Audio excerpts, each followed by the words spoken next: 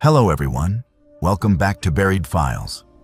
Tonight we bring you 7 of the most disturbing true trucker horror stories ever shared from the endless highways, forgotten rest stops, and desolate back roads that crisscross the country. These are not campfire inventions, but first-hand confessions from drivers who live their lives in the dead hours when most of the world is asleep, and the road belongs to something else. Every account you are about to hear has been sourced from real testimonies, cross-checked where possible against police reports, local folklore, and long-haul chatter that has circulated on the CB for years. Some of these stories brush up against true crime, others hint at forces that defy rational explanation. But all of them come from people with nothing to gain by inventing what they saw. If you value slow burn, authentic horror that lingers long after the screen goes dark, subscribe to Buried Files and turn on all notifications so you never miss our next descent into the unknown. When you are finished listening, share your own experiences from the road or late-night encounters in the comments below, because your stories may be the next case we dig into. Now settle in as we roll into the long, dark stretches of highway, where truckers discover that some loads are heavier than they appear, and some things out there do not want to be passed.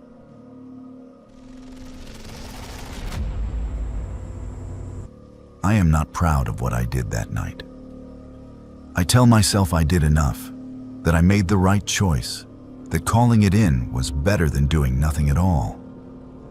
But when I close my eyes, I still hear the knocking, steady as a heartbeat against thin metal. And I see his eyes when he finally turned and looked at me. That is what I live with now, mile after mile. My name is George, and I have been driving long haul for over a decade. I have seen wrecks that turned steel into folded paper.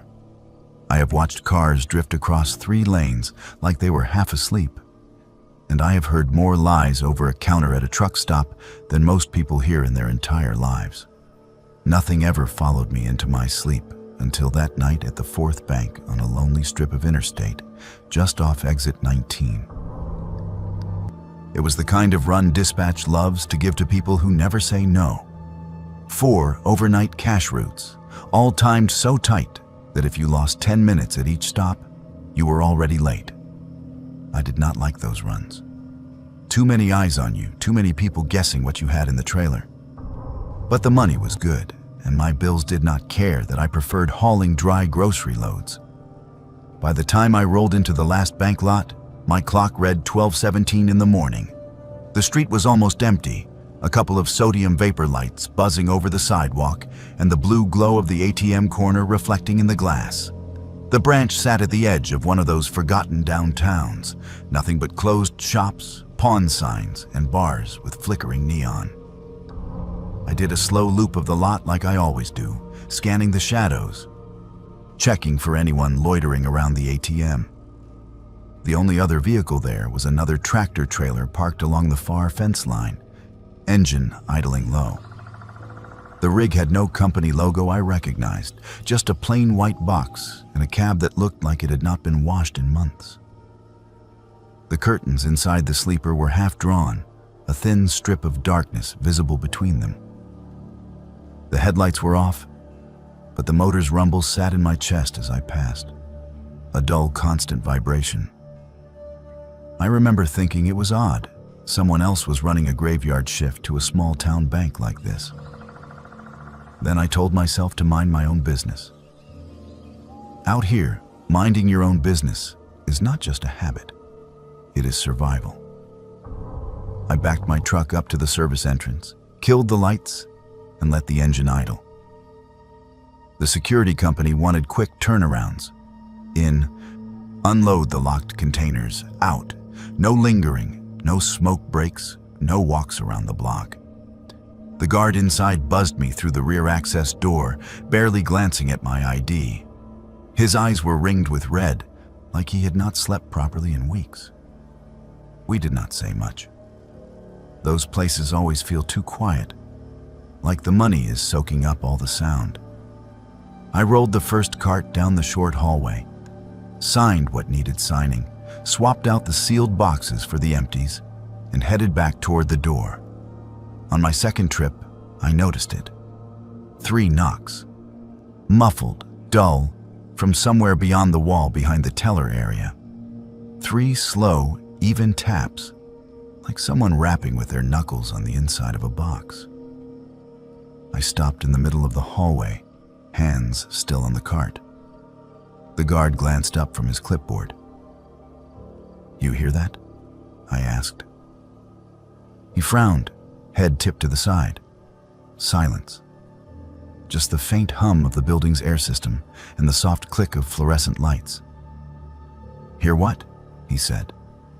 I hesitated. I did not want to sound jumpy. "Nothing. Thought I heard something shift in the vault." He shrugged. "Place settles. Cameras would go off if anything was wrong." That was true, or at least it was the answer he was paid to give. I finished the run, pushing the weight of money that was not mine across waxed tile. The whole time, the back of my neck prickled, waiting for that sound again. It did not come. When the last cart was empty and the paperwork was done, he buzzed me back out into the night. The parking lot air felt colder than it should, the kind that bites right through your jacket. My truck idled where I had left it, a comforting familiar shape between me and the rest of the darkness. Across the lot, the other rig still sat by the fence, engine rumbling, exhaust breathing out in steady white plumes. I was halfway to my cab when I heard it again. 3 knocks. This time there was no wall between us. It came from my right, from the direction of the other truck. 3 dull thuds against metal, followed by a pause long enough to make my heart start racing. I told myself it was freight shift. I told myself it could have been anything, a pallet tipping, a poorly strapped crate rocking in place. I took another step toward my cab. The 3 knocks came again. Louder, more deliberate. You can tell when someone is hitting a surface on purpose. There is rhythm to it, intention. It came from the back of the unmarked trailer.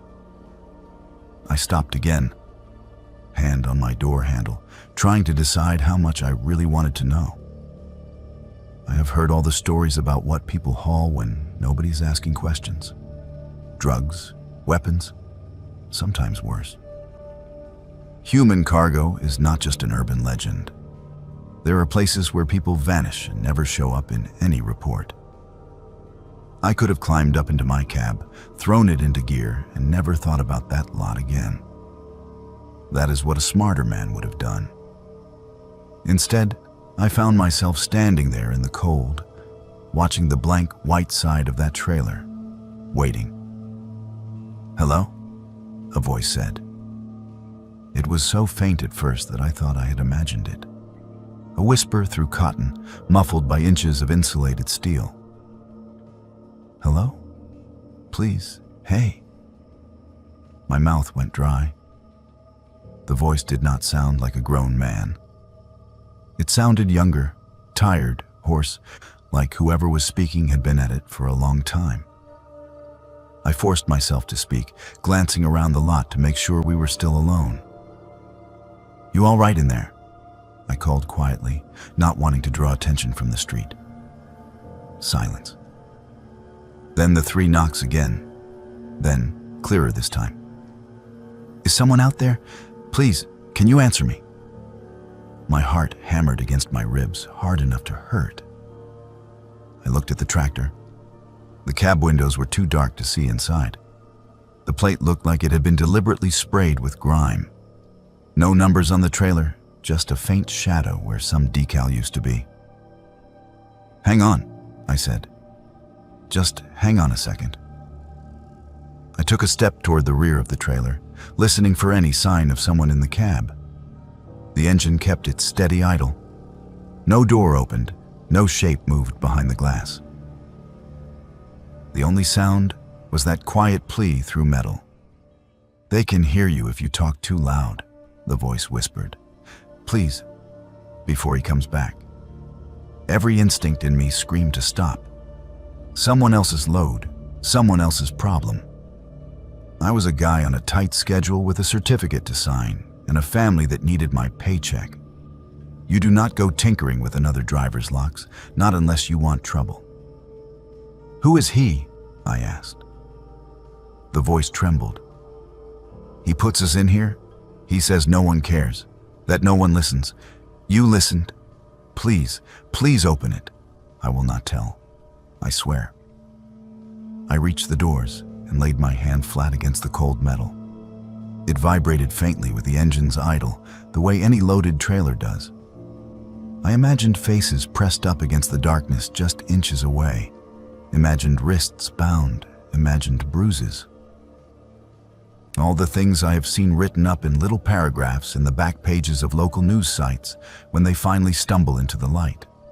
I also imagined what would happen if whoever owned that rig came around the corner right then and saw me with my hands on his doors. What is going on? The voice did not come from the trailer this time. It came from behind me.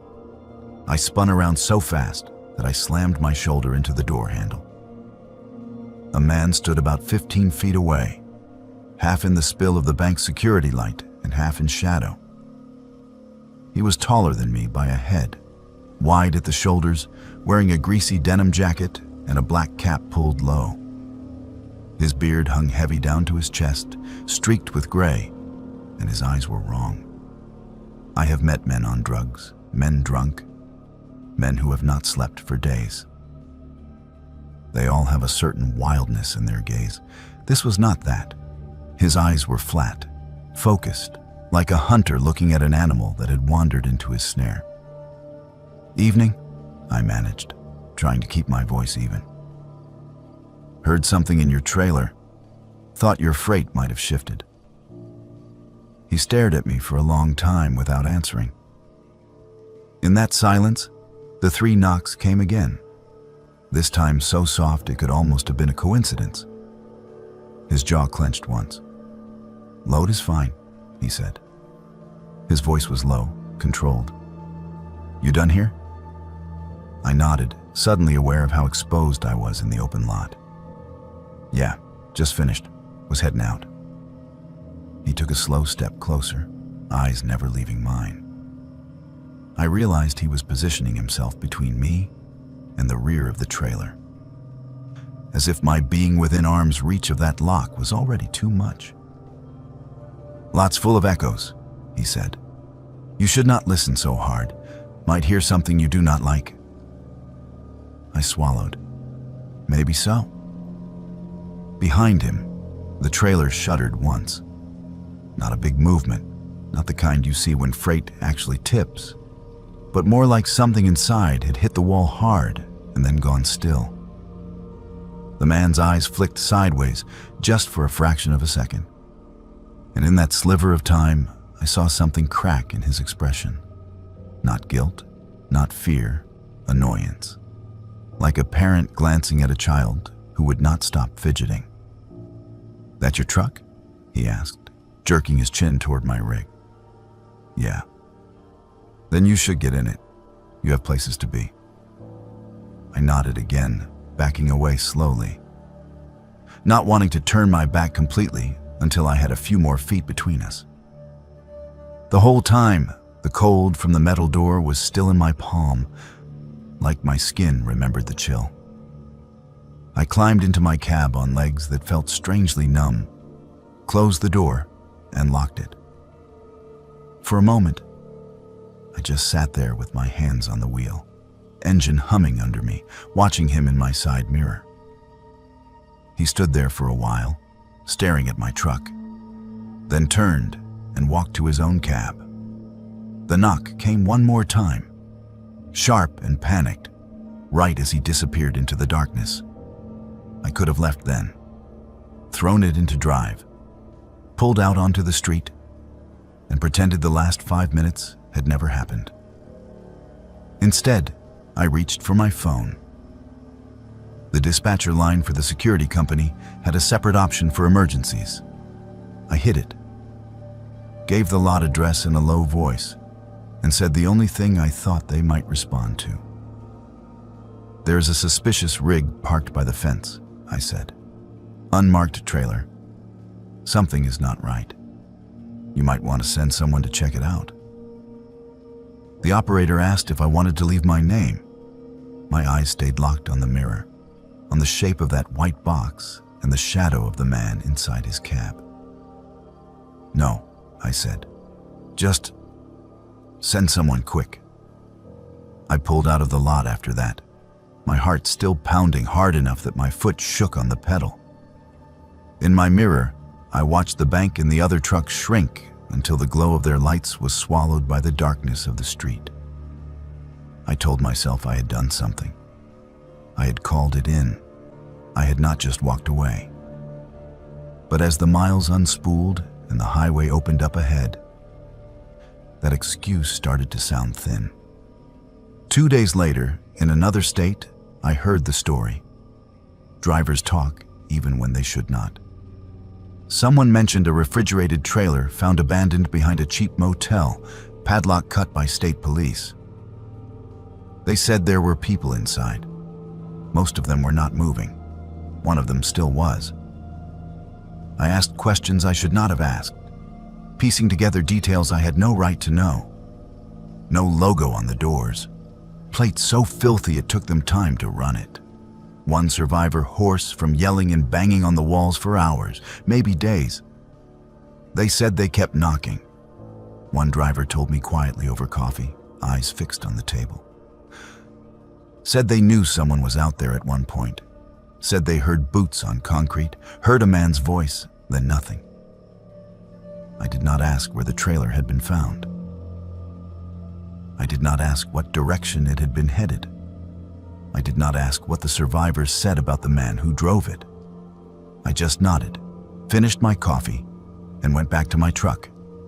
Now, when I pull into a lot after midnight and see another rig with no marking sitting by itself, with the engine idling and the curtains half drawn, I park farther away. I keep my eyes on my own mirrors, my own doors. I tell myself that if I hear knocking again, I will do more. I will not hesitate. But the truth is, I do not know. I remember that man's eyes, that flat, patient look. I remember the way the guard did not hear the first set of knocks at all. I remember the survivor's words floating around the driver's room like cigarette smoke. We kept knocking. Someone was there. Then they were not. That is my story. I am not a hero. I am just a man who listened long enough to know there was someone on the other side of that metal, and then drove away anyway. And no matter how far I haul freight, no matter how many miles stack up on my odometer, I have learned there are loads out here you never see on a manifest, and some of them are heavier than anything you can weigh on a scale.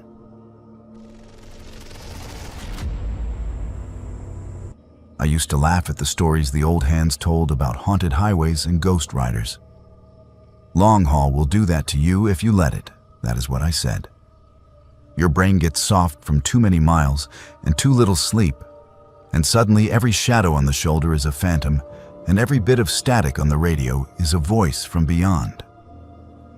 I do not laugh anymore. Not since I met her the second time. My name is Arabella, and I had not even been driving cross-country for 6 months when this happened. I signed on with a mid-sized outfit that loved putting new drivers on the routes nobody else wanted.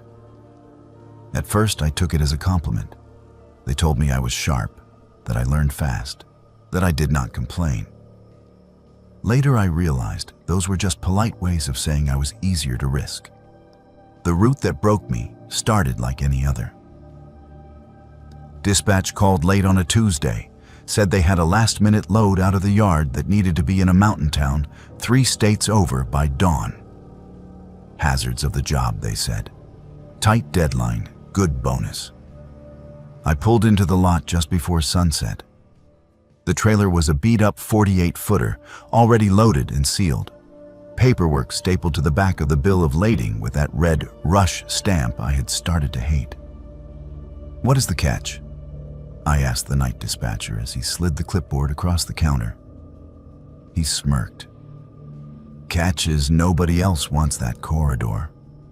Windy, no chain-friendly truck stops past mile marker 90, and the only place to park is a couple of mom-and-pop lots older than you are. But you are a tough girl, right? Better than the old-timers." I should have noticed the way he avoided my eyes when he said that. I should have noticed how quickly he changed the subject to fuel stops and time windows. Instead, I signed, grabbed my keys, and told myself it was just another road. The first couple of hours were easy enough. Traffic thinned as I left the interstate, trading 6 lanes of glowing taillights for a 2-lane ribbon that snaked into low, dark hills. My dash clock ticked over to 11:17 p.m. as the last decent truck stop vanished in my mirrors. The sky was a flat black sheet, the kind you only see when you are far from city lights. My headlights carved a narrow tunnel through it. The further I drove, the older everything looked. Gas stations with half-lit signs, motels with peeling paint and hollow windows. Occasional farmhouse lights up on distant slopes, the glow faint and lonely. The road climbed and twisted, carved into the side of the mountains in long, slow curves that made my shoulders ache from the constant steering corrections. Somewhere past mile marker 60, the fog rolled in. It did not drift gradually like I was used to seeing. One moment the air was clear, and the next my world shrank to a gray wall 10 truck lengths ahead. My high beams just bounced back at me, blinding white, so I killed them and crept forward on low. I was going 10 under the limit when I saw her. She stood on the shoulder just beyond the reach of my lights at first, a vague, narrow shape hunched against the cold. As I rolled closer, details sharpened. A young woman, maybe early 20s, in a torn denim jacket darkened by rain, bare legs under the hem, shoes that looked more like city flats than anything meant for climbing mountain roads. She did not have a bag, no phone in her hand, no thumb out. I told myself I would drive past. Company policy was clear about hitchhikers, and as a woman alone in the cab, I had even more reason to follow it. But when my headlights brushed over her face, I saw the way her teeth were clenched to keep from chattering and the gray tinge in her lips. Her hair was plastered to her cheeks. She looked like she had been standing there for hours. Against my better judgment, I eased onto the shoulder and hit my 4 ways. She did not come running like most people would. She stayed exactly where she was, watching my rig with a stillness that made my stomach twist. I had to lean across the passenger seat and crank the window down part way. "You need a ride," I called out over the engine in the soft hiss of the rain. Slowly, she nodded. Up close, in the harsh fluorescent glare of my running lights, she looked wrong. Not monstrous or anything like that, just out of place. Her clothes seemed 5 or 10 years out of style. The patches on her jacket were for bands I knew, but the logos were older versions. Her eyes were a pale, washed-out blue, rimmed in red, like she had cried herself empty. "Where are you headed?" I asked.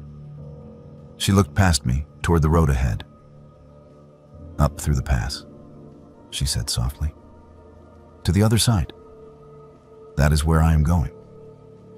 I hesitated for one more heartbeat, then popped the passenger door open from inside. "Just up in the seat, all right." Company would kill me if they knew I let anyone in the sleeper. She climbed in without a word, moving like she had done it 100 times before. She did not smell like wet clothes and cold skin. There was no smell at all. That did not register with me until later. I put the truck back in gear and eased us onto the road. For a while, we drove in silence, the wipers ticking a steady rhythm. The world outside nothing but endless gray. I stole glances at her when I could. She sat with both hands folded in her lap, staring straight ahead, her shoulders rigid. The darkness in the cab seemed to cling to her, deeper around the edges, as if the dome light could not decide whether it wanted to reach her or not. "You got a name?" I finally asked, just to break the weight pressing on my chest. She hesitated, as if searching for it. "Mara," she said at last. The way she said it made me wonder if it was real. "I am Arabella," I offered. "You from around here, Mara?" Her fingers tightened a fraction. "I was," she said. "Before." "Before what?" I almost asked. Instead, she spoke again, voice barely louder than the whisper of the defroster. "Do they still talk on that thing?" She nodded toward my CB unit mounted above the windshield. "Sometimes," I said. "Not like they used to. Why?" "Do they still use Channel 19 at mile marker 142? She asked, eyes still fixed on the fog. Something in my gut went cold. "That is still a ways up," I said. "What is it, 142? She did not answer. The next 10 miles felt like an hour. Once or twice I glanced at her and caught her eyes flicking toward the radio, like she was waiting for it to crackle to life. It did not. The night remained an endless tunnel of damp gray. The fog thinned as we climbed, breaking in ragged patches that showed glimpses of sheer drops and black trees clinging to impossible slopes. My hands ached from my grip on the wheel. The road straightened for a brief stretch along a high ridge, and a sign loomed out of the dark. Mile 98. I blinked. Something about that number made no sense. We had been driving long enough that it should have been further. I checked my dash clock. 1:03 a.m. I checked my odometer. The miles since I had picked her up were fewer than they should have been. "You sure you want to go all the way to the other side tonight?" I asked, nerves making my voice a little too bright. "There is a decent old truck stop around mile 110. Food is questionable, but they do not bother you if you nurse a coffee for an hour." She turned her head then, very slowly, and looked at me properly for the first time. Her eyes were not pale blue anymore. In the dashboard light, they looked almost gray, all the color drained out. "I tried to stop there once," she said. "They did not hear me." The skin on my arms prickled. I opened my mouth to ask what she meant. But in that exact moment, my headlights cut through another veil of fog and revealed an empty turnout on the right. No buildings, no signs, just a wide patch of gravel and the twisted remains of what might have been a guardrail further along. "Is that it?" I asked. She did not answer.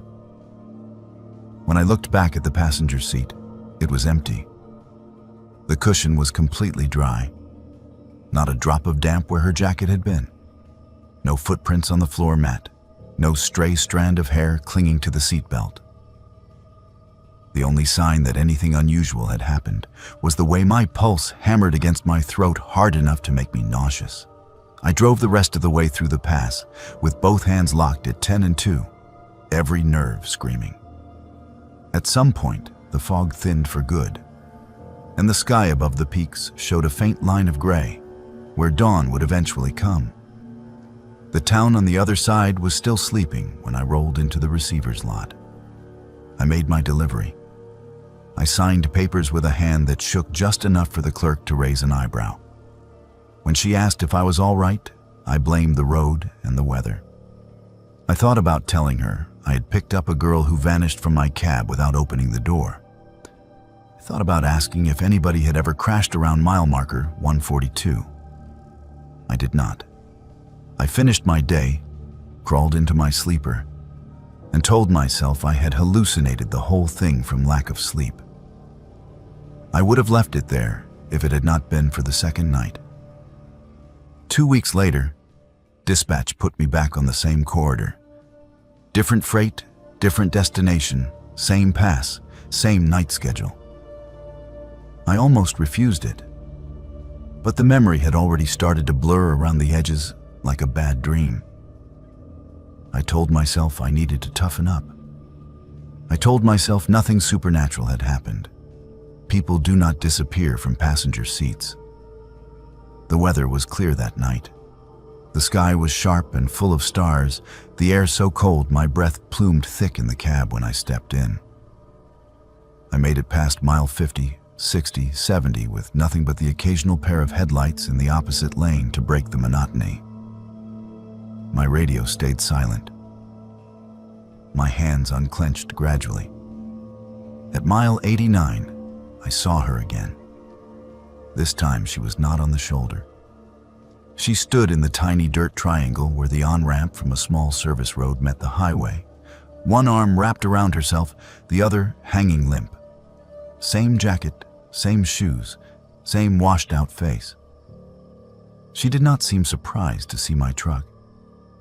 She did not seem to see anyone else. I did not slow down. My foot pressed harder on the accelerator, as if speed alone could make her vanish.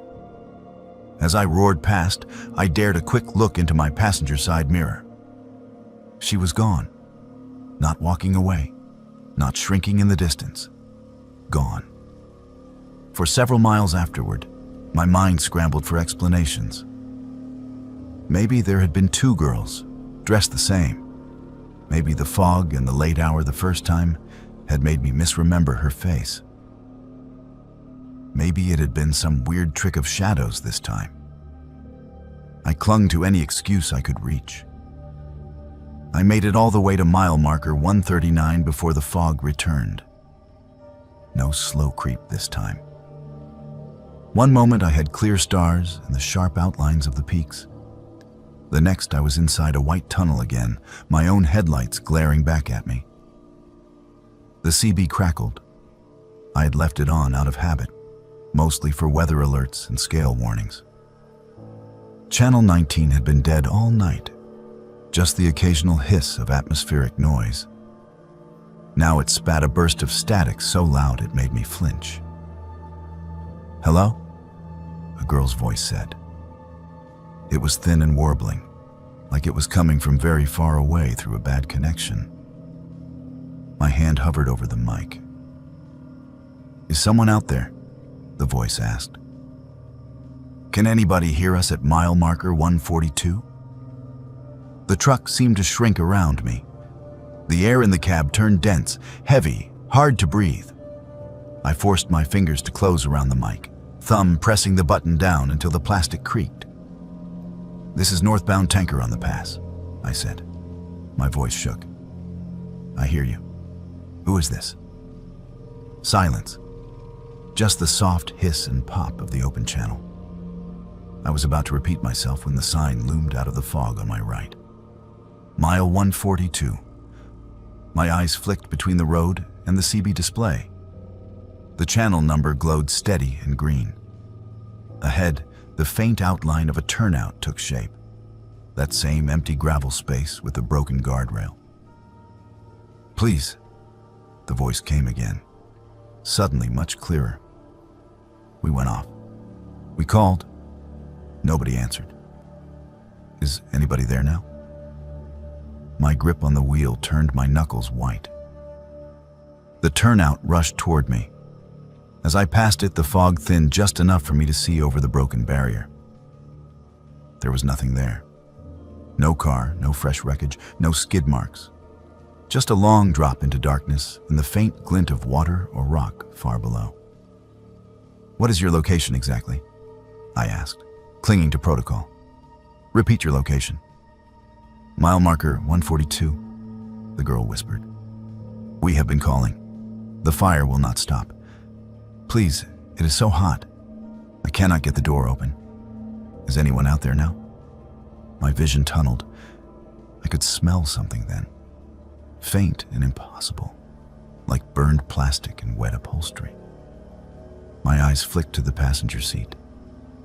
She sat there, soaked. Steam curled faintly from her jacket.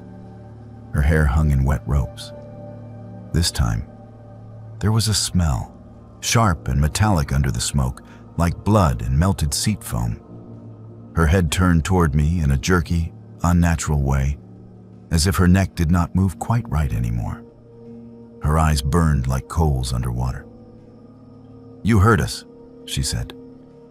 Her lips barely moved. The sound seemed to fill the cab anyway. "You hear us now? Will you answer?" My foot slammed on the brake without conscious thought. The truck lurched, ABS chattering as 40 tons of steel and liquid fought physics on a mountain road. I forced myself to keep it straight, to ease off before I lost it completely. The rig slowed more, crawled. I could not look at her. I stared at the road, at the creeping numbers on my speedometer, at anything else. "I am hearing you," I said. My voice sounded like it belonged to someone else. "There is no wreck at 142. Not now, not anymore." For the first time, there was emotion in her voice, besides that horrid flat pleading. "Not anymore," she repeated. "That is what they told our mothers." The CB squealed. For a heartbeat, the cab filled with overlapping screams, not loud but distant. Countless voices tangled together in one long, rising note. Then it cut off. The radio went dead. The fog thinned like someone had opened a window. The seat beside me was empty again. But this time, the cushion was soaked. Dark water, or something like it, had pooled in the fabric and was dripping slowly to the floor mat. The smell of burned plastic lingered for miles before finally fading. I made it off the mountain without crashing. I delivered my load. I signed what needed signing. I did not mention any of it to dispatch, to other drivers, to anyone. Who would believe that they had just heard an echo of something that happened years ago? That girl, and whoever else was with her, had died before I ever got my CDL. I tried to verify it, the way you do when you need to prove to yourself you are not losing your mind.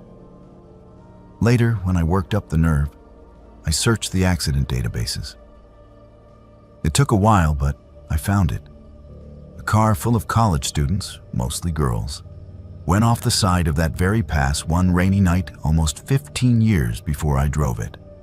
The report said the vehicle caught fire on impact. It noted that one of them managed to call for help, but the call dropped before she could give a clear location. By the time responding units found the wreck, it was too late.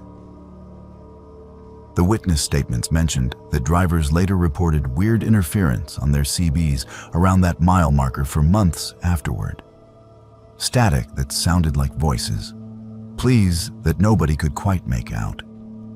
Eventually, people stopped talking about it. The road forgot, like it always does. I have not. I do not run mountain passes anymore. I stick to regional routes, flatland, short hops that get me home more nights than not. When I do have to roll out after midnight, my CB stays off. I tell other drivers it is because I am sick of listening to nonsense chatter. The truth is, I am afraid that if I turn it on at the wrong mile marker, I will hear her again. That thin, breaking voice asking if anybody can hear mile marker 142 now. And this time, if I answer, I do not know if they will let me keep driving away.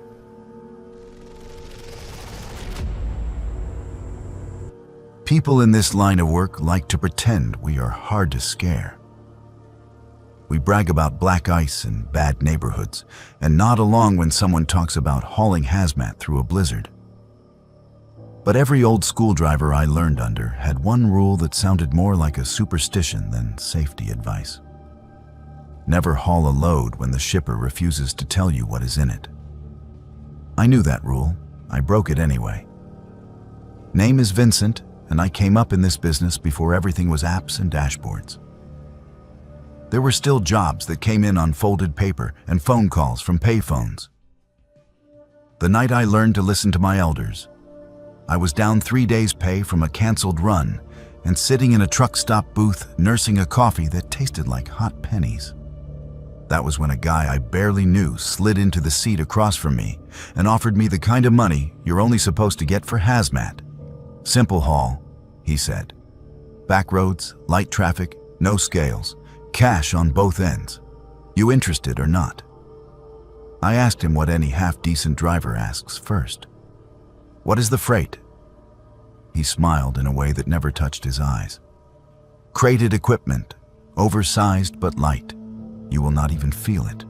All you have to do is pull it from the warehouse out in Fairview to a private drop past the county line.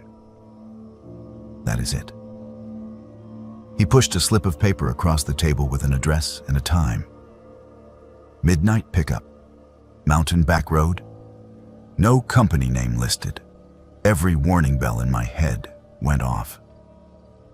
Then I thought about my mortgage, my overdue repair bill, and the empty load board. I told myself equipment was equipment. I told myself I was too old to be scared of a few blank lines on a form. The warehouse sat at the end of a cracked two-lane road, a squat concrete block half swallowed by trees. No sign on the front, just a rusted chain-link gate hanging half open. A single security light buzzed above the loading bay, throwing sickly yellow over the cracked asphalt. An old yard hand met me at the dock, a man with a face like dried leather and a cigarette that seemed glued to his lower lip. "You Vincent?" he asked. "Yeah." He nodded once, then jerked his thumb toward the dark interior. "Back it up to door 3. Do not get out while we load. Do not look in the trailer once we close it. You haul straight through. No stops on bridges. You hear me?" It was such a weirdly specific rule that I almost laughed. "No stops on bridges. Got it. Anything else?" He took a long drag, studied my face, and then his voice dropped. "If you hear something asking real polite from back there, you did not hear it. You keep rolling. That is not for you." The hair on my arms stood up. "What exactly am I hauling?" He spat to the side. "You are hauling a crate. That is all you need to know. Take the money, run the miles, forget the address." I should have walked then. Instead, I backed up to door 3 and did what I was told. I sat in the cab with the engine idling while they loaded. I felt the slight jolt as something big, but not too heavy, settled over my axles. When they finished, the old man slapped the side of the trailer twice and handed my paperwork up through the window. No weight listed, no contents. Just an origin and a destination, and a line that said, "Special handling." The first hour was uneventful. I rolled through sleeping farm towns and past dark fields where only the red eyes of distant radio towers broke the horizon. The trailer felt wrong behind me, though. It did not pull like a normal load. The weight did not lean with the curves. It stayed steady, centered, like it was planted. Around 2 a.m., the road narrowed and the forest closed in tight on both sides. I killed the radio out of habit, conserving attention for the sharp bends and blind hills. That was when I heard the first sound from the trailer. It was not a thump or a rattle. It was a voice. Soft, clear, like someone standing just behind my seat. "Evening, Vincent?"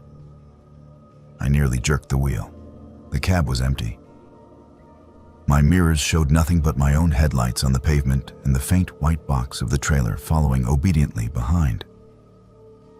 "Who is there?" I snapped, anger covering the crack in my voice. A beat of silence. Then calmly, "Apologies. Did not mean to startle you. It has just been some time since I had someone to talk to." The voice did not echo. It was not coming through the CB.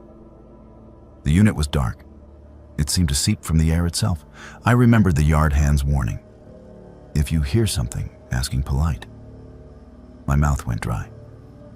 "You are not supposed to be talking at all," I said. "Whatever you are." A low chuckle. "Whatever I am." That is fair. Once they called me other things. names you might recognize from folk tales and roadside crosses. But now I am freight, same as anything else. My foot wanted to slam the brake. My hands wanted to spin the wheel and put us both in a ditch just to get away from that voice. I kept us steady. "What is in the crate?" I asked, unable to stop myself. "You have family, Vincent?" it asked instead. "Someone waiting at home? Someone who told you not to take this job?" Images flashed unbidden. My wife at the kitchen table frowning at the numbers. My brother telling me to stick to company freight. My father's voice from years back saying, "Never haul for a man who pays in cash and will not give you his last name." I did not answer. "I remember what it is like," the voice went on, conversational. "To walk under open sky, to see the way the moon changes shape. They do not let me see it anymore. Just darkness and wood and the stink of fear. You could change that." The road dipped, then rose toward a long steel bridge that arched over a black slice of river. The beams loomed ahead, a dark ribcage against the night. "Do not stop on bridges," the yard hand had said. I kept my speed, eyes locked on the far end. Halfway across, every hair on my body stood up. The air grew heavy, the way it does before a thunderstorm. "Let me look, just once," the thing inside the crate murmured. "Open the doors a crack when you reach the middle. You do not even have to look yourself. You can keep your eyes on the road. I will not touch you, I promise." Metal groaned around me. For a second I thought it was the bridge, but the sound came from behind. The trailer rocked just slightly, like something inside had shifted its weight for the first time. I clamped my jaws shut and drove. The center of the bridge felt like it stretched on forever. The voice's tone changed, a hint of frustration creeping in. "You are a stubborn man," it said. The last one was not. He opened the doors before we even left the yard. "Do you know what happens when you break the seal early? They blame the driver. They always blame the driver." I pictured the old hand's weathered face. There was a story in the way his fingers shook when he lit his cigarette. Maybe he had hauled this thing before. Maybe someone else had and never made it home. The engine coughed. Just once, a small hitch, enough to make the RPM needle dip. The headlights flickered. The wheel felt heavy in my hands. "I do not like bridges," the voice said, suddenly cold. "Too much water, too much falling. It reminds me of why they built the crate." The engine cut out. Every light on the dash died. In an instant, the only sound was the scream of steel and rubber as 40,000 pounds of truck and trailer coasted in dead silence over the hollow metal span. I had just enough momentum to clear the bridge. As the tractor rolled onto solid ground, everything snapped back to life. Lights blazed, the engine roared, the wheel jerked under my hands as power steering returned. "You keep me in the dark," it hissed then, no warmth left in it at all. "But I remember your kind. I remember your voices at the edge of the river. I remember your ropes." My teeth chattered. "I am just the driver," I said through them. "I did not put you there. Yet here you are," it said softly, pulling the chains. The rest of the run was a blur. The voice did not speak again. The crate did not shift. The road wound on, mile after mile, until the drop point appeared. A gravel lane cutting off into the trees, a gate standing open like a mouth. A single light burned over a small concrete pad where someone had painted an X in fresh white. A man stepped from the shadows as I backed in, his silhouette tall and thin, hands folded neatly behind his back. He did not give a name. He did not offer a handshake. "You made good time," he said. "Any trouble?" I thought about telling him the engine had died on the bridge, that something in his crate had tried to talk me into opening the doors. that whatever was inside knew my name, my family, pieces of my past I had never told anyone on the road. "No," I said instead. "No trouble." He nodded, satisfied, and waved a couple of men out from the trees. They moved quickly, efficient, sliding jacks under the crate and rolling it to the edge of the trailer. I saw just enough to know the wood was old, bound with iron bands so pitted they seemed older than anything else there. Symbols had been burned into the side, half obscured by fresh paint. "Payment is in the envelope," the tall man said, handing me a thick, unmarked packet. "You did your part. Now forget this address." I left without looking back. A week later, I took a run that took me past that old warehouse again. Curiosity twisted my gut until I gave in and turned down the cracked road for a quick look. The gate was gone. The chain link was sagging in the dirt. Weeds grew up through the concrete where my truck had sat. The loading bays were boarded over, boards already gray with age. The security light was broken. Glass scattered on the ground like it had been that way for years. A for sale sign leaned at an angle near the entrance. Its phone number faded to nothing. I asked around. Nobody admitted to knowing anything. Some drivers shrugged and said the warehouse had been closed since before they got their licenses. One old-timer gave me a look I could not read and told me there are buildings that appear when they are needed, then slip away again when the deal is done. Now, whenever a broker offers me a fat envelope for a run with no contents listed, I say no. I do not care how tight my money is. There are some loads that are not meant to be hauled by anyone who wants to sleep sound at night. Every once in a while, though, I roll past some forgotten yard or shuttered dock and see just for a second the outline of a large wooden crate sitting alone in the shadows. It is never quite the same size. The markings are never quite identical. But I always feel the same thing, like something inside is holding very, very still, listening for the sound of an engine it recognizes, waiting for another chance at open sky.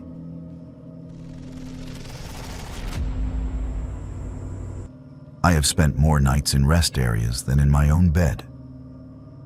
You get used to the sameness of them.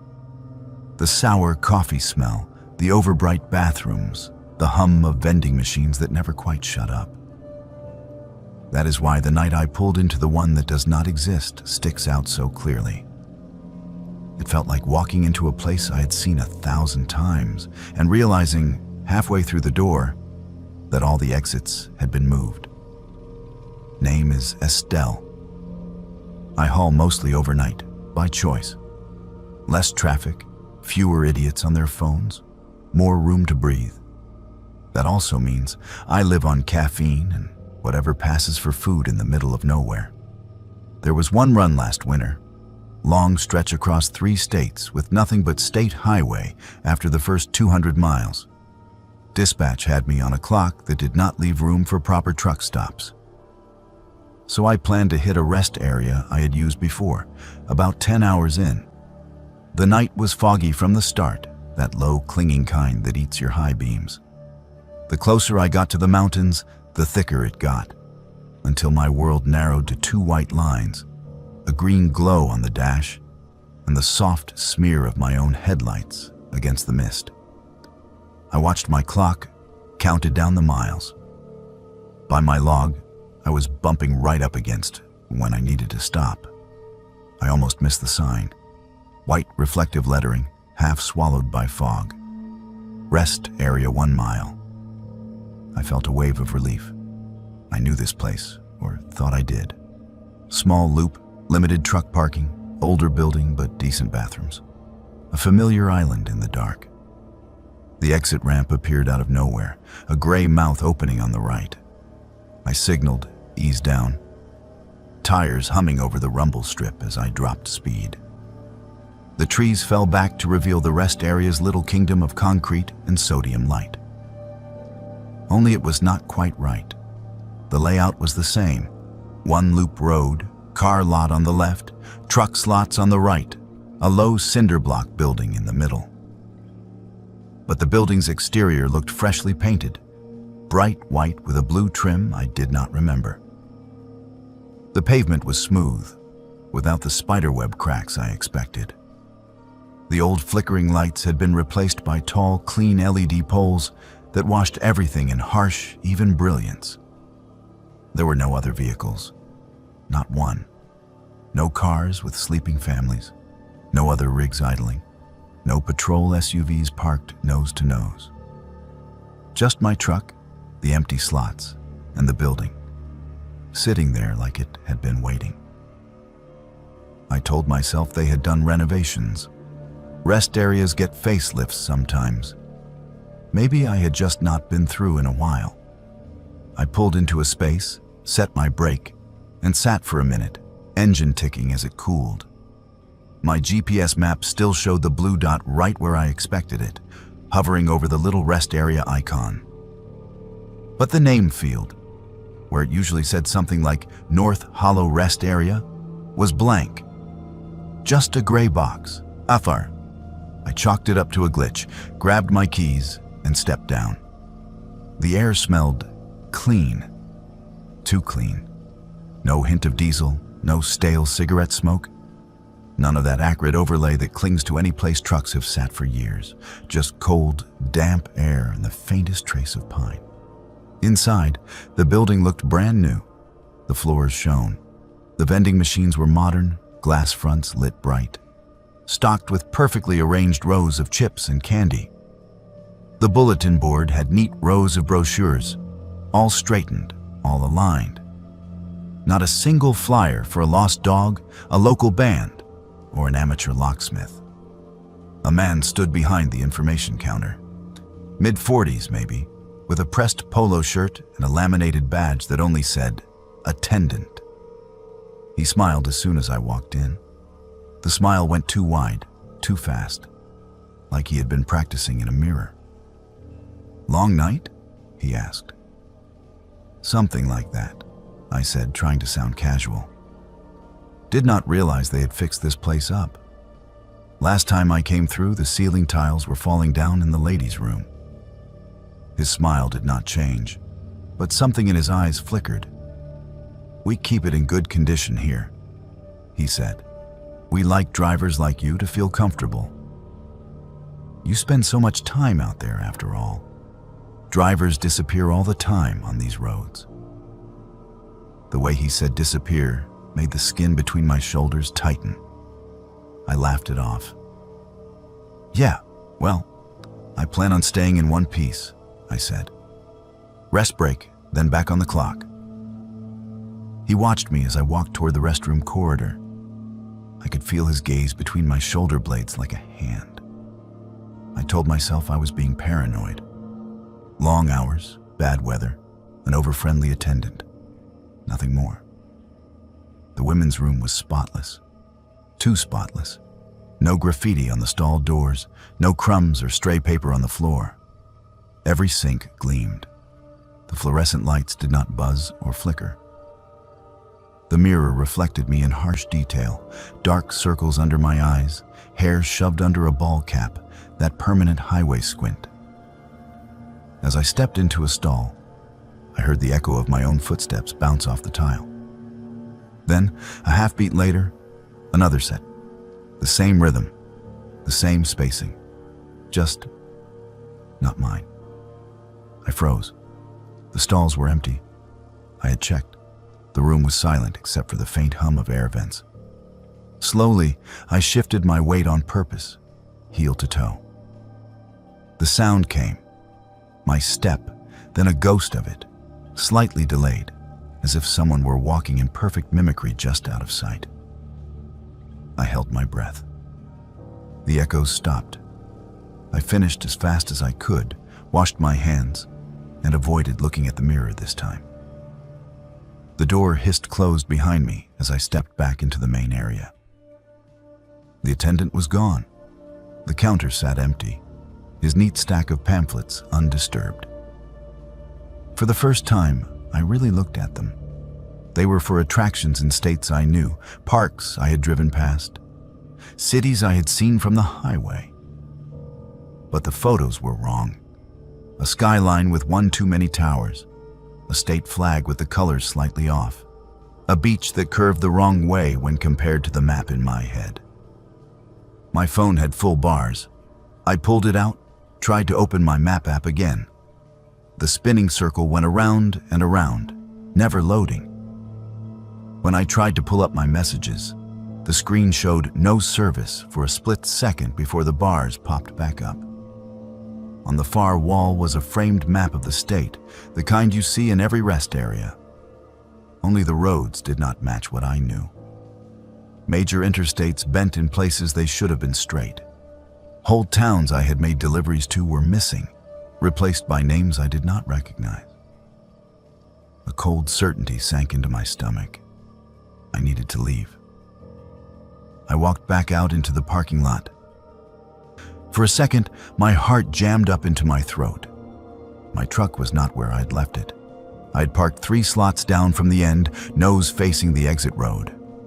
Now my rig sat closer to the building, at an angle, like someone had moved it, not quite straightened it out. The driver's door was half open, just enough to show a strip of darkness. The lot was still empty. No other vehicles, no sign of the attendant. The fog pressed just beyond the glow of the lights, thick and unmoving. "Hey," I called, more to prove I still had a voice than anything else. If this is some kind of joke, it is not funny. Nothing answered. No insects chirping, no distant highway noise. Just the faint hum of those perfect too bright lights. I made myself walk to the truck. Every step felt like it stretched. The distance between me and the cab never quite shrinking the way it should. When I reached the door, my hand shook on the handle.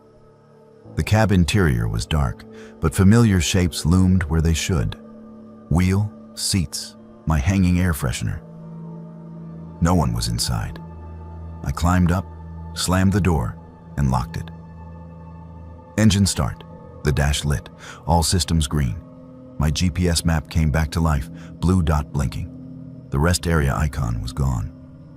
The screen showed my truck sitting on an unbroken stretch of highway, no turnout, no side road. Heart pounding, I dropped it into gear and rolled toward the exit. As my headlights swept the building one last time, the windows looked different, darker.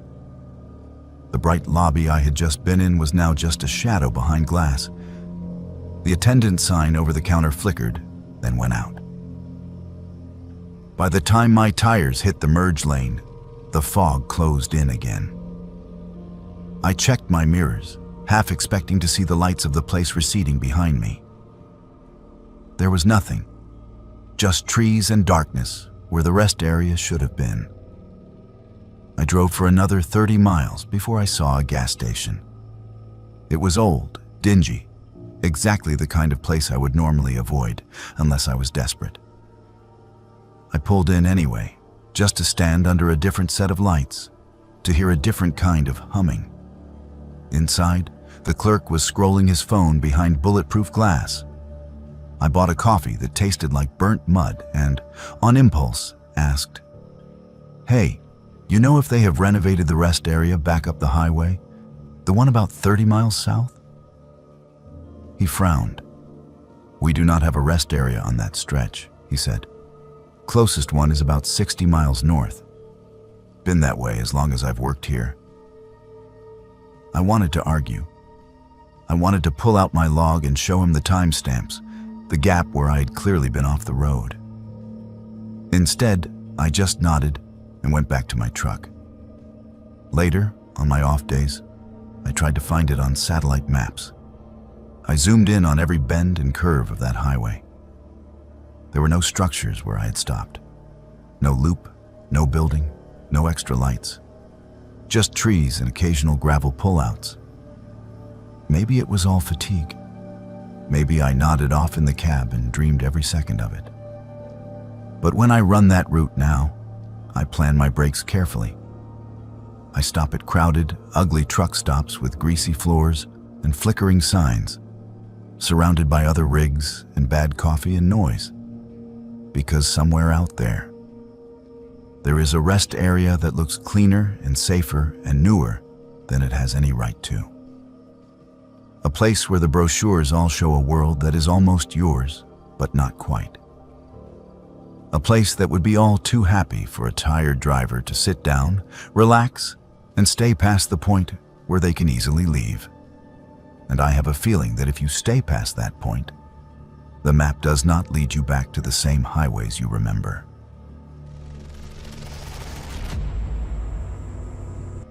I tell people I am too old to be scared by shadows on the road. That is what they expect from someone who has been driving as long as I have. The truth is, what scares me now is not what I see out there, but what I hear. One voice in particular, a voice that should have gone silent years ago, but still slips through the static some nights when I am stupid enough to turn my radio on. My name is Malcolm, and I was not the one who vanished. That honor belongs to a younger driver we all just called Cal. He came up fast in the company, eager, hungry for miles. The kind of kid who would volunteer for every overnight run just to prove he could. We used to trade jokes over the CB between midnight and dawn, just to break up the loneliness.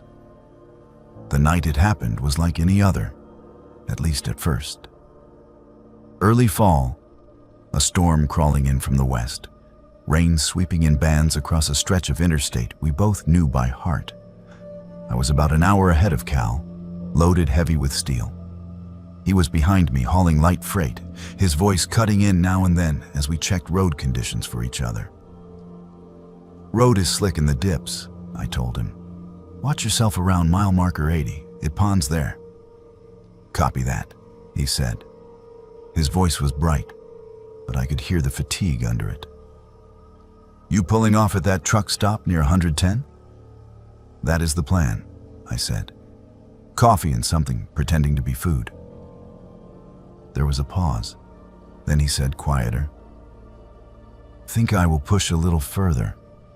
Feels like somebody has been on my bumper for an hour. I want some distance." I glanced at my mirror out of reflex. Even though I knew he was somewhere behind me on a road I had already passed. Habit. "Traffic is light tonight," I said. "Just let them pass." "That is the thing," he said. "They do not pass." He went on to explain that ever since he got back on the interstate after his last fuel stop, he had noticed a pair of headlights settle in behind him. Not riding his bumper aggressively, not flashing, not trying to overtake, just hanging back. Always at the same distance. When he sped up, they sped up. When he slowed, they slowed. "Probably just another driver pacing," I said. "People do that and do not even realize it." "Maybe," he said. "It is just weird. They had a chance to pass when I got stuck behind that slow mover, but they did not. Stayed right where they were. We left it there for a while." I talked him through a patch of bad crosswind on an exposed overpass, and for 20 minutes the conversation drifted to nonsense. Old jokes, gripes about dispatch, the usual. The storm rolled in, heavier, rain hammering the roof of my cab, wipers going full tilt. Then his voice came back, tighter this time. "Malcolm," he said, "you still got me?" "Still here," I answered. "What is up?" "They followed me into the rest area," he said. "Pulled up behind me, then just sat there. When I decided to leave, they left. Now they're right back where they were. Same distance, same lane." A shiver ran down my spine. I did not like the sound of that. "You get a look at them?" "No," he said. "High beams never come on. I cannot see the grill in my mirrors, just light, too bright to see past." I told him what any calm, rational person would. Take the next exit with a busy truck stop, park under the lights, go inside, and if the car hung around, call it in. Safety briefing 101. He agreed, said he would aim for a big, well-lit place we both knew about 20 miles up. "Probably nothing," he said, like he was trying to convince himself. "Maybe I am just tired." "Probably," I said. "But do not be a hero. If your gut says something is off, listen to it." The channel went quiet, just the soft hiss of rain-filled static. I hit my exit, rolled into my spot, and shut it down for the night. Inside, over a bad cup of coffee, I kept one ear on the radio at the counter where other drivers were half listening to weather updates. About 20 minutes later, my handheld crackled. "Malcolm?" His voice was different, thinner, higher at the edges. "I am here," I said. "They did not take the exit," he whispered. I slowed down, signaled, got ready to pull off. Soon as the ramp came up, they drifted over to the left lane and kept straight. When I merged back on, they were waiting ahead, pulled to the side. As soon as I passed, they got back in behind me. The hairs on my arms lifted. "Call the state troopers," I said. "Right now. Use your hands free. Give them your mile marker. Let them know you think you are being followed." He hesitated. "I do not want to make a big thing if it is nothing." "If it was nothing, you would not be whispering," I snapped. "Do it. I will keep you talking." I grabbed my own phone, ready to call it in if he balked. On the radio, I heard him shifting in his seat, the faint clack of buttons. Before he could say anything else, a different sound came through, a soft, rhythmic tapping, like knuckles on metal. "It is closer," he said. "Lights are right up on the back of my trailer now. I cannot even see the road behind me, just white." "Get off at the next exit," I said. "Any exit. Take people around. Do not stop somewhere empty." Silence stretched. Then he whispered, "There is somebody standing in the lights." I felt my mouth go dry. "What do you mean?" "In the mirror," he said. "On the shoulder, just in the edge of the beams, like a silhouette. They are not moving. Arms are too long. I cannot see a face. It is just wrong." "Keep driving," I said. "Do not stop for anything. Troopers can meet you. Flash your hazards. Stay in the right lane." Another tap sounded over the radio. Closer. He sucked in a breath.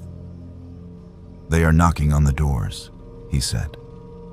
"On the back of the trailer, you hear that? They are knocking." The sound came through more clearly then, transmitted by whatever open mic he had near him. 3 slow, deliberate knocks. The same pattern, over and over. "It sounds like you," he said, voice breaking. "Do you hear it? It sounds like you, Malcolm, like you are back there asking to be let in." Something icy slid into my spine.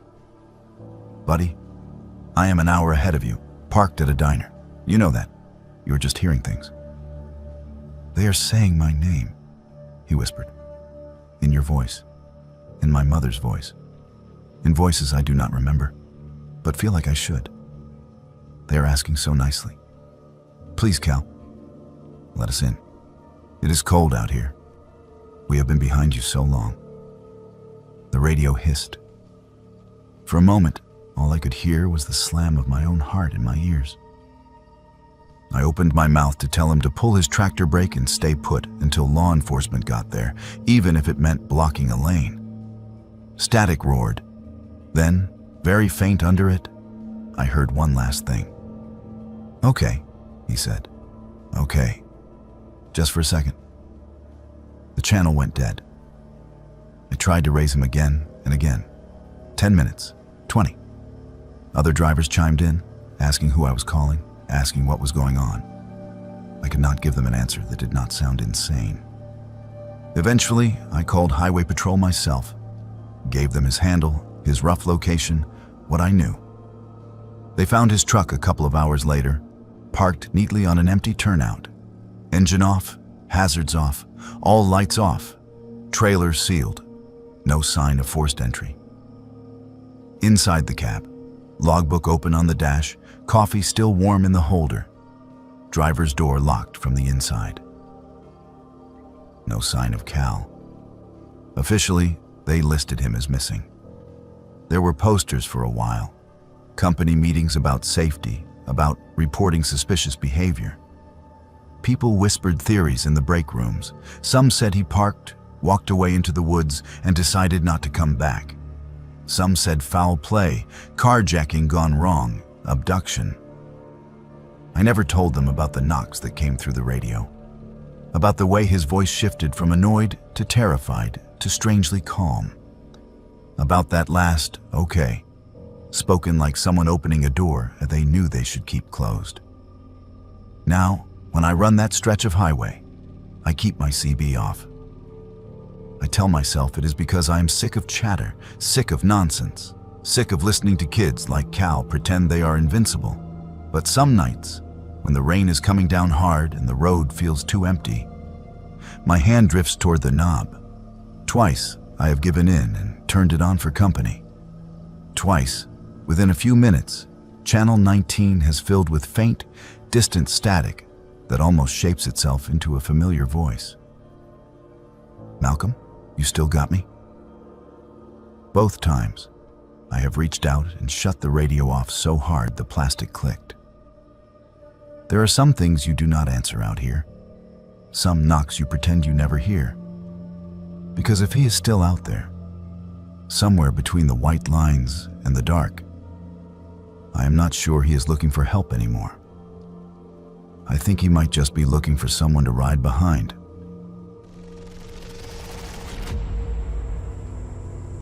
You hear a lot of nonsense in truck stop diners. Haunted mile markers, phantom hitchhikers, cursed bridges that hate the sound of Jake brakes. Most of it is just talk to pass the time. That is what I thought about the stories of the Calderwick Bridge until I tried to prove everyone wrong. I used to be proud of being that kind of stubborn. Name is Phoebe, and I run mostly regional, in and out of the same 3 states, hauling everything from construction materials to groceries. There is this old 2-lane bridge on one of my regular routes. A narrow steel thing with a sagging spine and a river underneath that looks more like black glass than water at night. The locals swear it is bad luck for trucks. They say if you cross it loud, it takes something from you. Most drivers just roll over quiet because why not humor a story when it costs nothing? The first time I heard the full version, I was in a greasy spoon near the yard, cradling bad coffee and trying to wake up for a midnight run. An old-timer named Percy leaned over from the next stool and nodded at my route sheet. "You running 47 tonight?" he asked. "Yeah," I said. "Bridge and all. Why?" He smirked. "Do yourself a favor and kill the Jake on the span. Do not lay on the horn. And for God's sake, do not stop dead center to enjoy the view." I rolled my eyes. "What happens if I do? Phantom toll collector jumps out?" "You will not feel anything right away," he said. "That is the problem. You will just cross loud and cocky, and somewhere down the line, something gets taken. Maybe your nerves, maybe your sleep, maybe someone you care about." He stirred his coffee. Bridge hates noise. It remembers the last time a truck screamed across it. I asked him what he meant, but he just shook his head and went back to his breakfast. The other drivers nearby avoided the subject, like they had all agreed not to talk about whatever incident started the superstition.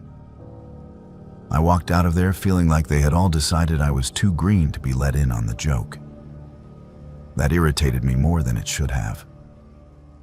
A week later, dispatch put me on that route for a pre-dawn grocery run. Clear sky, light fog, no traffic. As I rolled onto the county road that led to the bridge, Percy's warning came back to me. I could hear his voice in my head. Kill the Jake, roll quiet. Instead, I flipped the switch the other way. By the time the steel lattice of the bridge loomed out of the dark, I had my engine brake ready. The river below was just a broad strip of darker black, no lights to catch the surface. The first tires hit the metal plates with a hollow clang, and for a second, the old bridge sang under me. I downshifted hard and let the Jake roar. The sound ripped out of my stacks and bounced off the steel like a beast in a cage, sharp and ugly in the narrow space. I even gave the air horn a quick blast, more to prove a point to myself than anything. There was nobody else around, no houses close enough to annoy. Just me, my truck, and the bridge. Halfway across, everything stopped. Not the truck, not exactly. The engine cut out so fast, it felt like I had driven into a wall of silence. The roar died mid-note. Every light on my dash went black. The radio croaked and went dead. Even the rattle and hum of the cab stilled. For one sickening instant, I coasted in absolute quiet. The only sound the faint rush of rubber on steel and my own breath hitching in my throat. I have lost engines before. It is loud. There are clicks, warnings, relays snapping, alarms. This was none of that. This felt like someone had pressed mute on the world. The air went heavy, like a storm was about to break right overhead. The hairs on my arms stood up inside my jacket. My hands clenched the wheel hard enough to hurt as I steered, using nothing but muscle and memory to keep the rig centered on the span. In that silence, something whispered right next to my ear. "You are not the first to scream at me," it said. "You are just the latest." The voice was not male or female. It sounded like wind through steel, like tires over wet metal, like all the sounds a bridge hears ground down into one thin thread. I could not tell if it was inside the cab or outside. It felt like it was in my bones. I tried to speak, to curse, to pray. My mouth worked, but I could not hear my own voice. My pulse thundered against my ribs. The world shrank to the reflective paint on the guardrails, my headlights dim in the fog, and that whisper. "Do you know what it sounds like?" It slid on. When they do not slow down, when they hit the slick and the load shifts and the trailer jackknifes. I do. Images slammed into my head, unbidden. A truck sideways, sparks spitting as metal tore into metal. A trailer railing against guardrails not meant to hold that much weight. A cab swinging out over the drop for a heartbeat too long. They screamed, it said. They laid on the horn as if the river cared. They dragged their cargo across me like a knife. Then they fell. Their noise is still in me. I have not forgotten. The far end of the bridge seemed to creep closer in agonizing inches. I could feel my rig losing momentum. If the power did not come back before I hit the last third, I would stop dead. 40,000 pounds of useless metal perched over a drop into black water. "Quiet," the voice breathed. "That is all I ever wanted. A little respect. You gave me your brakes instead." Something touched the back of my neck then. Not physically, not in a way that left a mark, but like cold fingers of air slipped right through my skin. Sudden, sharp flashes of my life stuttered through my mind. My father teaching me to drive stick in an empty lot. My brother laughing as he jumped into a river on a summer afternoon. My mother standing on a porch, hand up to block the sun as she watched a much younger me pull away in a borrowed rig. For a second, I could not remember their faces clearly. They blurred, like photographs left out in the rain. Panic surged. I tried to shout, and this time, I heard a strangled sound force its way out of my throat. As soon as I heard my own voice, the world snapped back. The engine coughed, then roared. Dash lights flared on. The radio spat a burst of static and resumed whatever late-night talk it had been playing. The usual rattle and vibration of the cab came flooding back, The sudden noise was almost painful. I was 3 truck lengths from the end of the span. I did not touch the brake again until I was well clear of the bridge and back on regular pavement. My hands shook so badly I had to pull into a gravel turnout and sit there with the engine idling, both palms flat on my thighs. The urge to vomit came in waves. When I tried to bring up the memories that had blurred, a face here, a laugh there, they came back, but slow, like they had to fight through something. There was a weight in my chest that had not been there before, a sense that if I had stayed silent just a little longer, something would have slipped and never quite found its way back. I told myself it was just a power glitch. Moisture, bad wiring, old infrastructure. Maybe I had micro-dosed and dreamed the voice, the missing pieces of memory. That is what I told the mechanic when I had him check every line and fuse that week. He found nothing wrong. Several days later, a driver from another company rolled through the same diner where I had heard Percy's warning. He was pale, his hands trembling around his cup. "You hear about the wreck on the county road?" he asked whoever would listen. "Guy hauling livestock. Engine died right in the middle of the Calderwick Bridge, lost all power. By the time he got it lit again, his trailer had slid. He went through the rail." The room went quiet. One of the older drivers muttered a prayer. Percy caught my eye and held it for a beat too long. "That bridge takes what it is owed," he said later when we were alone outside. "You can cross it quiet, show some respect, and maybe it lets you be. You make it scream, it remembers that too. Sometimes it takes something small. Sometimes it takes a whole rig." "Then why does anyone still use it?" I asked, anger covering the tremor in my voice. "Because it is there," he said. "Because the detour is longer and fuel is expensive, and everyone thinks the bad luck belongs to someone else. I still run that route. There are not many choices if you want to keep the work.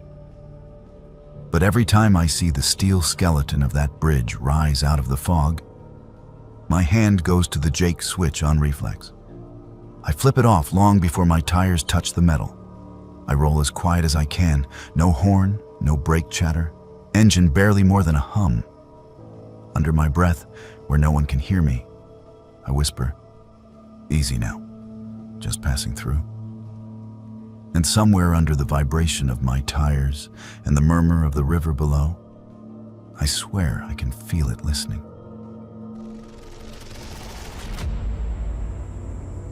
There comes a point in this job where the miles all start to blur together. Same ramps, same motels, same ugly orange streetlights bleeding into the cab at 3 in the morning. After a while, you start to wonder if you're looping the same stretch of road over and over and just telling yourself it is different. I used to joke about that.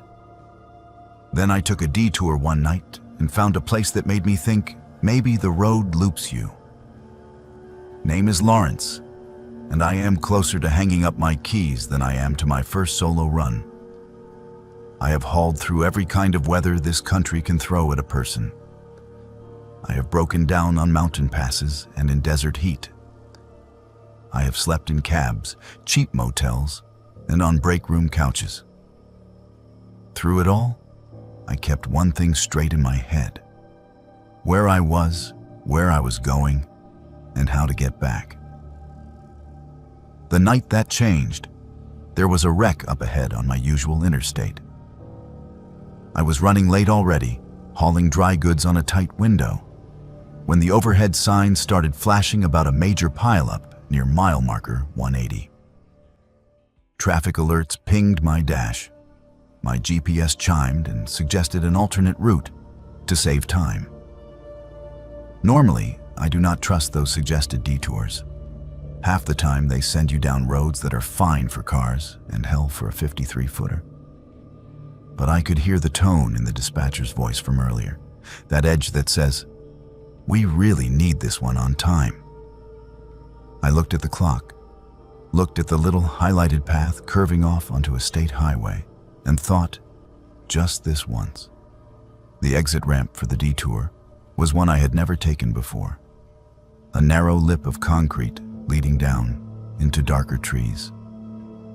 The interstate's steady white roar faded behind me as I merged onto a two-lane that felt older than everything else around it. The asphalt was smoother than I expected, though, and the shoulders were clean. The GPS dot stayed centered on its blue line, reassuring as a heartbeat. About an hour in, my fuel gauge dipped lower than I liked. I had expected to top off before the pileup, but with the detour, I had missed my usual truck stop. I started watching the roadside harder, looking for gas signs, convenience stores, anything. The forest pressed in on both sides, heavy and dark. I passed a couple of dark farmhouses, a closed-up diner, a gas station with boards over the windows. Right when I was about to turn around and risk backtracking, a sign appeared in my headlights. White background, red letters smudged with age, Calderwick's Truck Haven, 1 mile. Underneath, in smaller print, diesel, hot meals, showers, open 24 hours since 1954. I had been running this region for 30 years. I had never heard of Calderwick's. I told myself it was just an old mom-and-pop place that never bothered with billboards on the interstate. There are still pockets like that, where the world forgets to update. My low fuel light blinked on. Decision made. The driveway came up quick, a sharp right between leaning pines. I eased the rig in, tires crunching over gravel, and the trees fell back to reveal a truck stop dropped straight out of a different decade. The main building was long and low, with a peaked roof and a neon sign that buzzed Calderwick's in red and blue. The diner windows glowed warm. The pumps out front had analog dials and faded stickers. A handful of trucks and cars were scattered around the lot, all of them older models but in good shape, like they had rolled off a lot 20 years ago and never left. Relief washed through me. Light people, the promise of hot food and fuel. I pulled up to the diesel island, killed the engine, and climbed down. The air smelled like fried food, cold air, and the faint tang of fuel. Comfortable smells. Familiar. Inside, the diner was busy for that time of night. A few booths were filled with families whose clothes looked a little out of time. Plaid jackets, high-waisted jeans, a kid in a t-shirt for a band that had broken up before I got my CDL. A couple of drivers sat at the counter, hunched over plates. The music on the overhead speakers was some old rock tune I had not heard outside of classic stations in years. A waitress approached with a pot of coffee, smile already on. She wore a pale blue uniform dress, white apron, hair pinned up in a style my mother used to wear when she was young. "Top you off, hun?" she asked. "Sure," I said, sliding into a booth. "How long you folks been here?" "Sign said since '54. Her smile widened, like I had told a good joke. "Long as I can remember," she said. "You have been through before, Lawrence. You know that." My hand tightened around the menu. "Do I?" I asked. She tilted her head, studying me like I was messing with her. "Of course. You and your daddy back when you were running teams. Sat right there." She tapped the edge of the booth. He liked the peach pie. My father had been dead for 10 years. He and I had indeed run together for a while in the early days. We had eaten in a lot of little places that did not exist anymore. I was certain this was not one of them. "Long time ago," I said slowly. "You must be mixing me up with someone else." She just poured the coffee. "You truckers always say that," she said lightly, "like the road does not remember you." The food came hot and fast. Meatloaf and mashed potatoes that tasted like something from a Sunday kitchen, not a microwave. As I ate, the hum of conversation around me felt off. Not wrong exactly. Just a half beat behind what my ears expected, like a dubbed movie a fraction out of sync. When I glanced around, I caught snippets. They paved over the old road after the washout. Still doing that loop, back and forth, back and forth. He will be back through. They all come back through. I checked my watch. I could have sworn I had only been sitting for maybe 20 minutes. But the hands showed almost an hour had passed. My truck clock agreed. The low fuel worry prickled again. "Can I get my fuel squared away?" I asked the waitress when she came back by. "Need to get rolling." "Already taken care of," she said, nodding toward the window. "Pump reset as soon as you pulled in. Tank is full. You just settle your check and get on your way. Long drive ahead tonight." That did not make any sense. I had not swiped a card, had not flipped a switch. I had not even put the nozzle in yet. But when I went back out, the gauge sat near full, the pump numbers at 0, like I had never even touched them. I went back in to pay. The man behind the register had one of those faces you feel like you have seen in 100 places.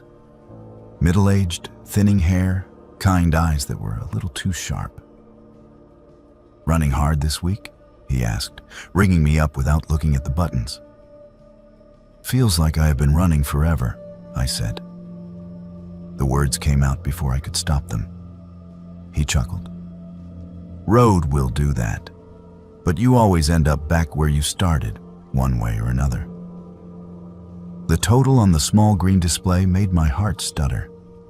It was less than I had paid for a meal and a shower 20 years ago.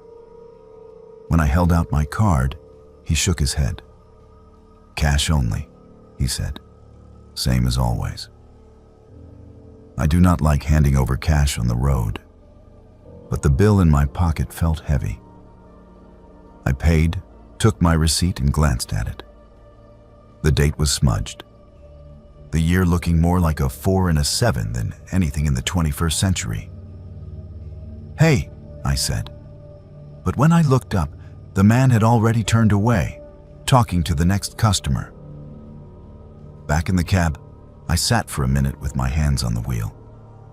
My phone showed a strong signal, but when I tried to pull up my maps, the app froze, then dumped me back to the home screen.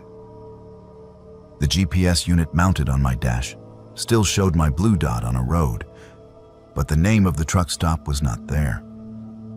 Just a gray blank where Calderwick's should have been. I pulled out anyway. The lot lights washed over my mirrors, then dropped away as I turned onto the narrow access road. Trees closed in. For a moment, in the reflection, the building looked different. Dark windows, sign unlit, a couple of the pumps missing. Then the bend took it out of sight. The highway I merged onto felt the same as the one I had left. But my clock told a different story. I had lost more than 2 hours.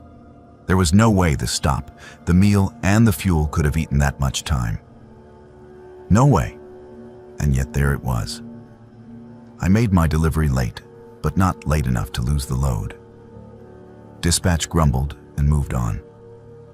On my reset day, out of stubbornness or fear or both, I went online and tried to find Calderwick's.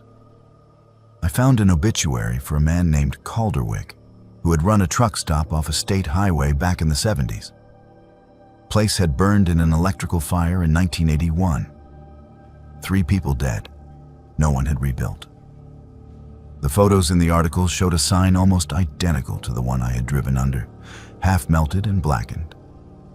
There were no recent business listings. No satellite images showed a building where I remembered it. Just a gravel patch slowly being reclaimed by weeds. These days, when the GPS chirps about a faster route, I think twice. I stick to the roads I know, even if it means crawling through traffic. On the nights when I am so tired the lines start to shimmer, and the thought of a hot meal in a quiet diner sounds like heaven, I keep one eye on the signs.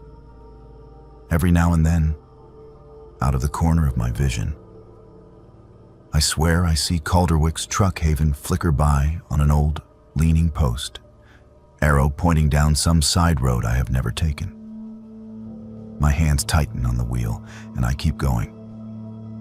I am not afraid of getting lost anymore. Not the regular kind of lost. It is the other kind that worries me. The kind where you stop somewhere that feels more like a memory than a place. And when you leave, you are not entirely sure the world you roll back into is exactly the same one you left. I have spent my life finding my way back home. I am too close to the end to risk ending up somewhere the maps forgot.